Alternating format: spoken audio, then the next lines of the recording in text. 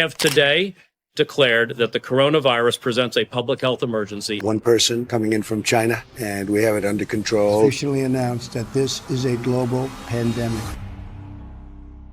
In 2020, the world was shut down like never before. The COVID-19 pandemic caused many countries to go into full lockdown. The pandemic had a massive impact on us all, but for some, it changed their lives forever. Especially young people from the ages of 15 to 21. I'm sure that most of you can agree that after the COVID-19 pandemic, the world just doesn't feel the same anymore. Like, it's kind of hard to explain, but like everything just feels bland and the same. And I feel like I'm not the only one who feels, well, lost. So I want to dig deep and go over why this is happening and how we can find ourselves in this world full of distractions. So get your expired donut, buckle your seats, and let's start the show. If you're like me, then you probably have a bunch of memories from childhood that you can remember to this day. For example, you're farting in the middle of class and everyone just looking at you weird. Or the first time you met your best friend. But after the pandemic, everything just feels like it's on 10 times speed. Like, bro, I swear, man, it was literally just yesterday that I was jacking off during my online exam. And then suddenly we're all back to normal, face to face, but we have to keep a mask on.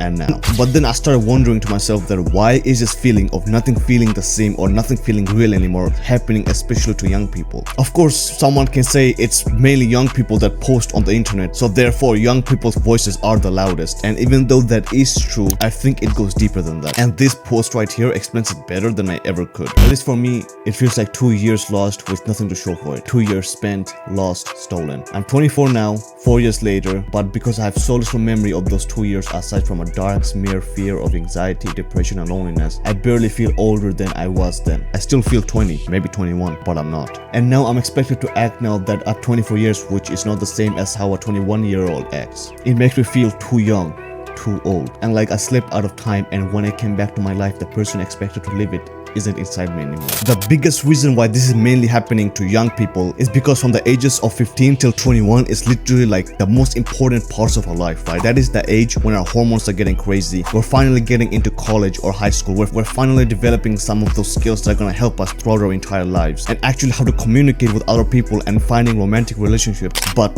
the whole world just shuts down, and the only way you can interact with people is through a screen. So in other words, all the aspects of maturing, like making new friends and finding romantic partners and learning useful skills and actually learning to know who you truly are put on a halt. Now I know this is probably confusing as fuck, so the TLDR is basically we have a bunch of 16 to 18 year olds trapped inside of 20-year-old bodies, but society expects us to act like we're 20. But the problem is we didn't develop those skills that would actually allow us to mature and to act like we are 20. And this is why nothing just feels real anymore, and everything just feels bland and the same, because we're literally not even in sync with space and time. But something that is in sync with time and space is the subscribe and like button. Thanks, bro. So I feel like I've yapped for long enough. The biggest question right now is what is the solution to this? And well, after a bunch of research and a testing on my own, I feel like the best thing you can do right now is do exactly what you were supposed to do during those 2 to 3 years that you lost. AKA, if you truly want to find out who you are, just do different things, bro. Like just the other day, I was learning how to play the guitar, right? But I kept holding the guitar wrong. I was basically holding it like how a left-handed player would hold it. But I had no clue why holding it like this just felt so damn natural. And just yesterday, I was learning how to draw for the first time in my life, and I just felt that drawing with my left hand just felt so much more natural, and that I could honestly just draw way better with my left hand. And keep in mind that I'm right-handed, right?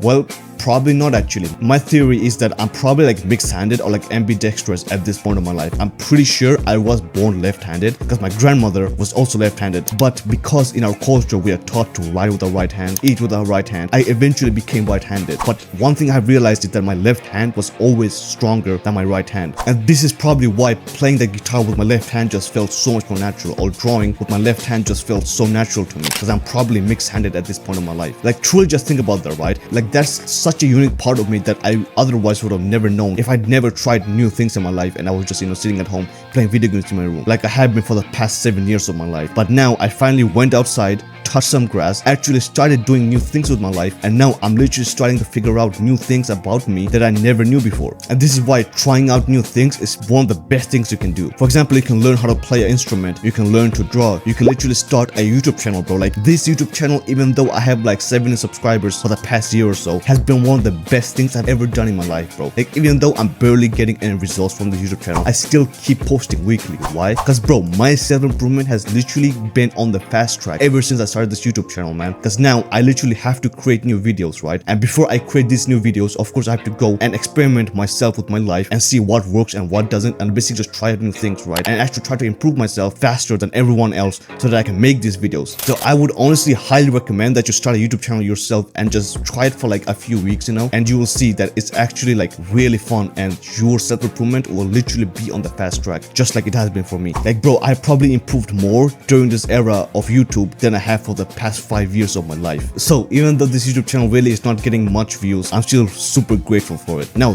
that's about developing skills that you missed out on the past. How about we actually remember the past? Because if you're like me, then from 2020 to like 2023 has been just a complete blur. Like it honestly just feels like I have been dead until I started my YouTube channel. Because after I started this YouTube channel, did I actually start to take life seriously. And the way to get your memories back is through something called episodic memory induction. And it's basically the process of recalling memories from the past through, for example, journaling, talking to a friend, or talking to a therapist. So one of the best ways to actually remember what happened to you during those pandemic years is to literally try to recall what exactly happened to you during those pandemic years. Like I know this sounds like common sense, but it truly works. Like truly just try to recall as many memories as possible in complete detail by writing it down or with someone else. Because if you try to figure it out in your head, then it's just not gonna work, bro. And going off of this, one thing that I recommend that everybody does is writing down a short recap of exactly what happened that day. For example, I use the app called Dailyo, and in the app I basically just write down a short summary of exactly what happened that day, how I'm feeling, what habits I did, where did I go, stuff like that, you know. And it's honestly just super wholesome, because now every single day of your life just has an extra meaning. Like imagine 5 years from now, you're looking back at your old journals and you're saying, oh yeah bro, like I remember this day when I first met my best friend. Oh yeah bro, like this day, you know, I literally jacked off like 17 times. Oh yeah,